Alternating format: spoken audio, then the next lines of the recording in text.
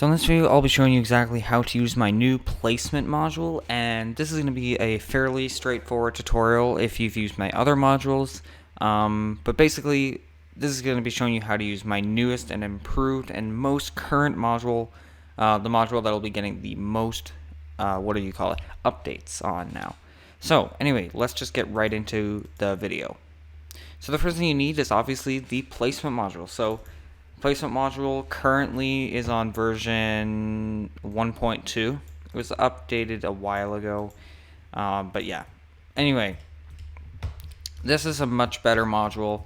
It handles a lot more things that the other one didn't. So yeah, it's a little bit more efficient as well.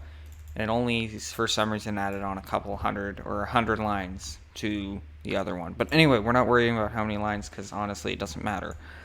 The first thing that we are going to do is we're going to create some UI. So I've gone ahead and created the UI, and it's fairly simple to do. So I thought that you guys would be able to do it. But anyway, let's just put a script in here, and we're going to call it client placement. So in the build UI, screen UI, if I can type client placement, here we go. And then we can get rid of that. We'll come back to the script later. So the first thing we are actually going to need to do other than that is go into replicated storage and create a folder. We're going to create 3 of these.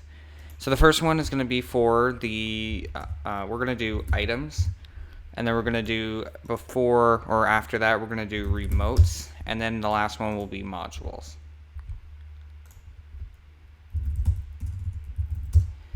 And okay, so the first thing we're actually going to need before we do anything with the module itself, actually we'll put the placement module in here. Make sure you ungroup it, and don't worry about this extras script. It basically is just extra stuff. We are going to be using something in here, so don't delete it, but you don't need to look at it extensively. To make an object, which is what we're going to be doing right now, you need to do a few different things. So the first thing I recommend doing is taking a plot. There we go. Taking a plot. Let's move it over here. We're going to call this building plot. And okay, so then we're going to put a texture in here. And we will put it on the top, and then in the placement module you'll see the texture. So if we just go ahead and grab this,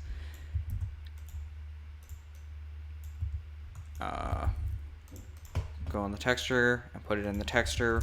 So now we have the texture, and just build your model on here. So depending on your grid size, you're going to want to change these, the studs per tile U and studs per tile V, to your grid size. Your grid size is how many studs a model moves by.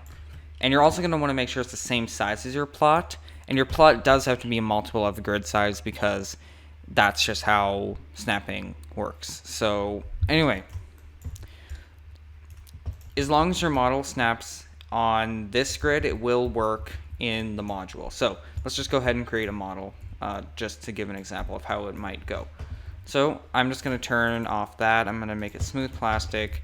I'm just going to scale it up. So I'm just going to make it doesn't really matter how big it is, as long as it snaps in here. If you need to have 2 studs, just click on this model tab and click on this move checkbox and change it to 2 studs.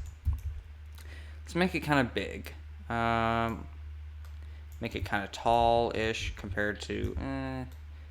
You know what? No, let's not make it tall. Let's make it like that. And then we'll call this part hull. And we're going to group it and call this block 2.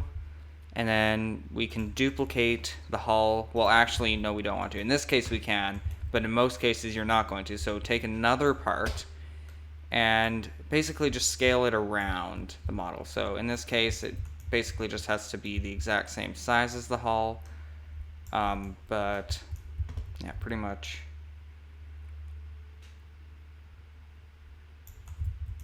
Just like that. Then we can call this part hitbox. and put it in here, and disable that. We'll make it smooth plastic as well, and make sure that it is anchored. So make sure everything is anchored. And okay, so now that is that. Check the hitbox as can collide false, and there we go.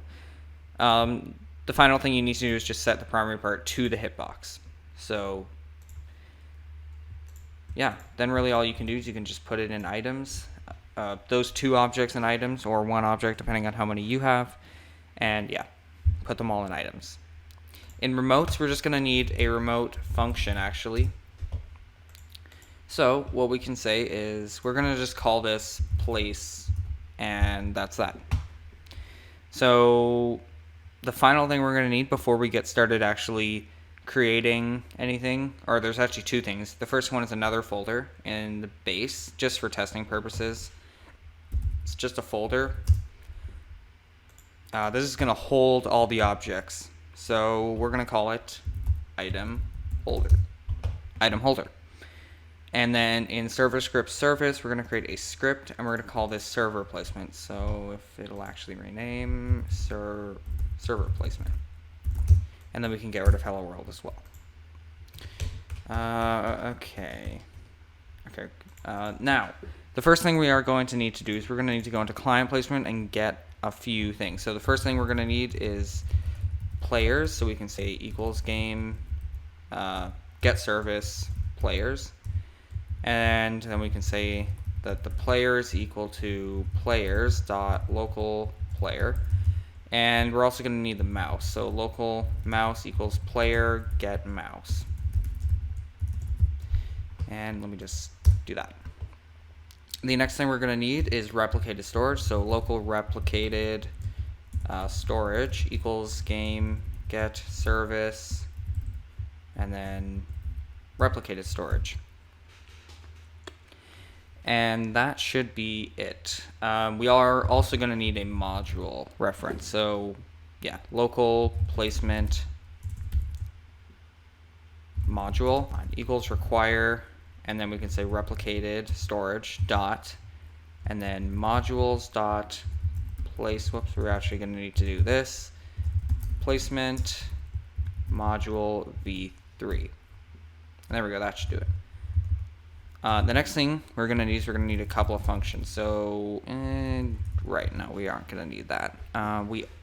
The thing we are going to need is mouse dot button 1 down connect function, and we're also going to need references to our buttons. So in my case I have 2, so we can say button 1 is equal to script dot parent dot block, and then local button 2 is equal to script dot parent dot block 2. And that is that. So then we can call functions on there. So mouse button 1 click, connect function, and then we can do button 2. We can actually just copy this entire thing and change it to button 2. So there we go. We have our functions. Actually, we need one more reference. I forgot about this. Local remote is equal to replicated storage. Then dot remotes, actually, yeah, dot remotes wait for child, and then place. And we are also going to want to wait for child for the module. So instead of having these brackets around here, we're going to need parentheses. So we need a double set of parentheses there. And then we can just do wait for child, and there we go. Now it's fixed. Sometimes the module doesn't load in time, so we want to wait for it to load. So now that we have our functions and we have our variables, now we can start calling functions on the module. So let's go to the extras script. If you scroll all the way down, you can see that we have a couple of different things. So we have how to use the module. It's just pretty much a basic API. But yeah, so we actually, I forgot again, we need another reference to we need to create a new placement object. So we're going to say local placement equals placement module.new. Okay, so the first parameter is the grid size, then we have the object location, and then we have the rotate, terminate, and raise and lower keys. The first thing we are going to do is we're going to give it the grid size, so that's 2 in my case. Anyway, now we need the object location. So the object location is where the objects are located, so that's replicated storage, and then .items. And then we have the final parameter, which, if we go back here, or we have the final parameters is what I meant to say. We have the keys, so the first one is a rotate key. So we go rotate key, enum.keycode.r, or whatever you want. Then we have the terminate key, so enum.keycode.x. Then we have the raise key to raise the floor. Terminate key is to stop placement. Rotate is to rotate the model, obviously. Then we have to raise the floor, so enum.keycode.u is the one that I use, because you can't use R because it's already used. enum.keycode.l. I think those are the key codes that I used. Oh no, I didn't exactly show exactly which ones I used. Anyway, now we have that. So we have our placement object. This is basically just a placement object. I'll just, it's fine. Okay, now to call any functions on the module, we use this placement variable right here. So to start placement, we just say placement dot activate, not dot. At least I'm pretty sure. Let me go back. I have to group. No. So let's go down the line and I'll explain what each of these parameters are. So we have the object name, pretty self-explanatory. That's just a model, so we're going to do block for this one. Then if we go here, the object location, I'm just going through this so then if you guys are reading through this, you can kind of understand what each thing is. So object location, where the model will be placed. So we have that. So that's obviously the item holder, so we can say, forgot to get a reference to the base plate, so we're going to have to say workspace.base.item holder. And okay, close the placement module. Next we have the plane or a plot. So that is just, again, workspace.base for me. Then we have if the object is stackable and if it has smart rotation or not. So if it is stackable, I'm going to say that it is not stackable and that it does not have smart rotation. Okay, so I'm basically going to copy this entire line, except in here I'm going to change a few parameters. Block 2, I'm going to change these two variables to true. And just to show the difference between having them off and on. So next we have one simple function, which is just the request placement function. So yeah, we can say in the mouse button one down, we can say placement request placement. And what it's going to do is it's going to request placement, but we have to give it a parameter, and that parameter was the remote event, if you saw, or remote function right there. So we give it the remote. And now everything should work except for server placement, which we'll get to in a minute. But let me go over the settings first. Actually, you know what? Let's just go finish up because server placement is really not that hard. All we have to do is we have to copy the code from here. Just copy all the way up to ignore the top two functions. Go to server placement, paste it in, and then change location and request placement to whatever your remotes and location are. So in my case, it was game.replicatedStorage.remotes.place.onServerEvent equals this function, but you may have a different. This is just what I'm doing for the tutorial. this place is the reference to this. So yeah, it's just getting a hold of this, and whenever it's fired, it's going to call this function, which then calls these functions. So now we should have a working placement system if I did this correctly. So here we go. We place down a model. There we go. As you can see, everything works fine. And I'll show you a difference. So if I were to place down like a couple different objects, say I were to take this object for instance, now I can stack it on that object. And I can stack another one onto itself, and another one, and another one, and so on. So, and then I can stack it underneath if I just hover over another one. Technically, it's really hard to go underneath, but whatever, it doesn't really matter. It works, everything works fine.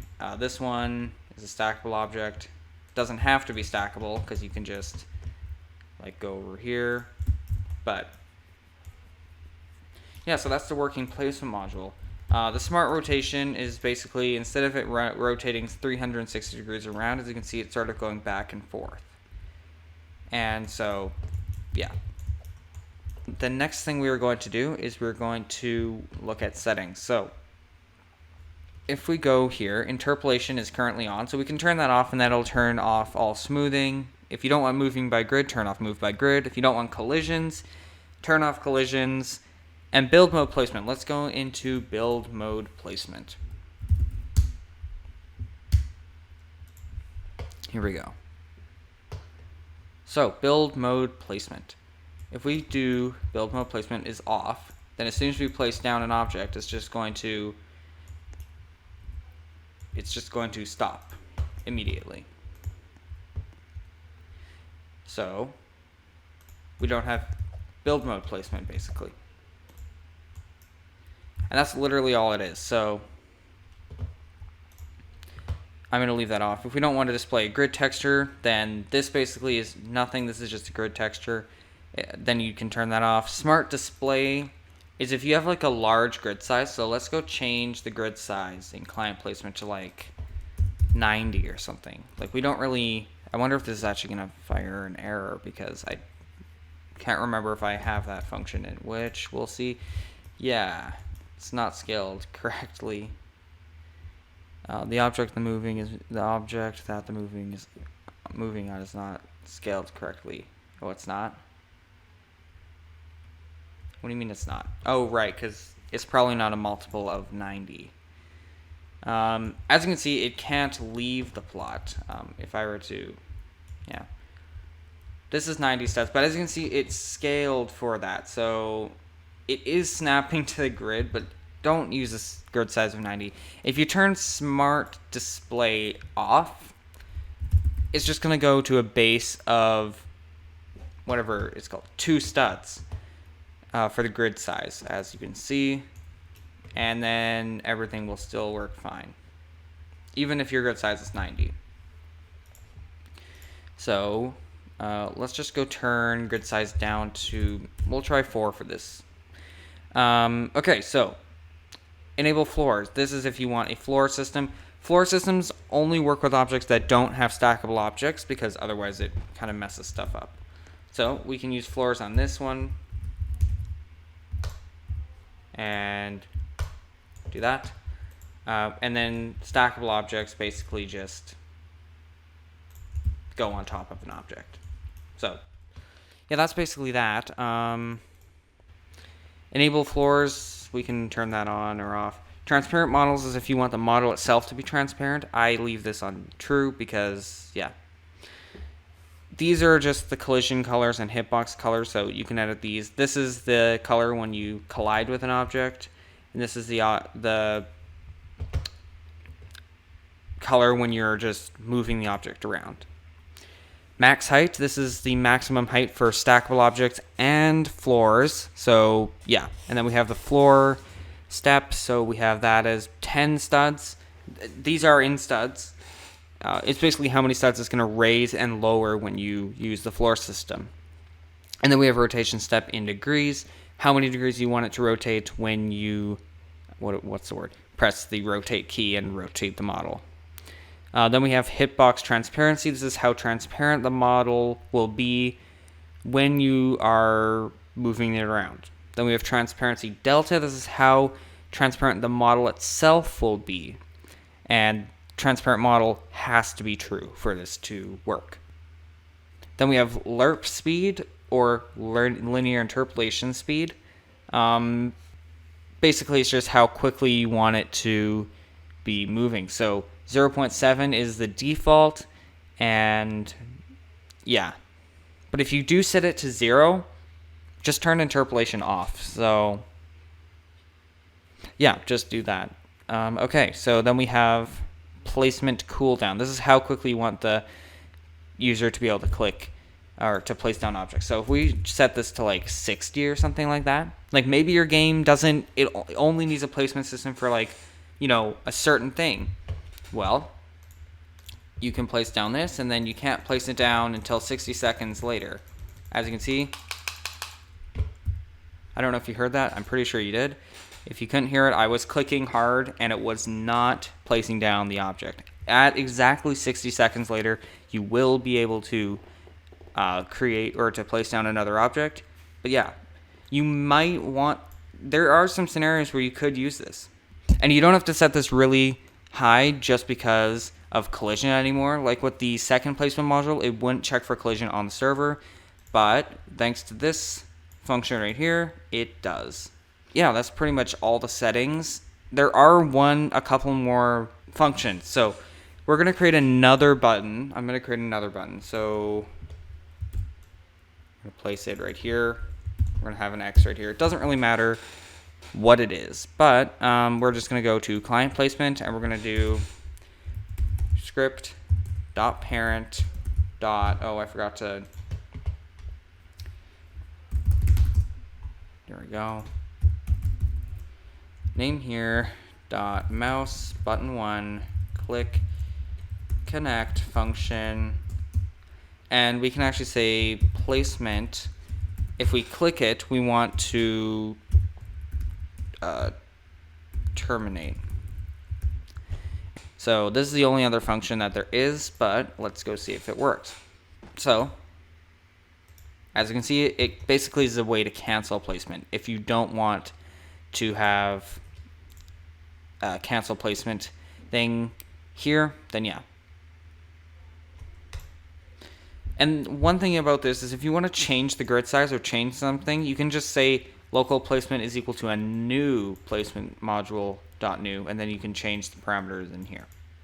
So yeah, that's pretty much that. Or you could set these variables or these parameters in here to variables, and then you could change them, and then they would also change. You don't have to add in another function like you used to be able to have to do to change like grid size while playing the game.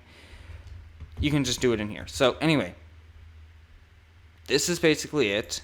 Make sure your plot is the same or as a multiple of your grid size, and basically that's that.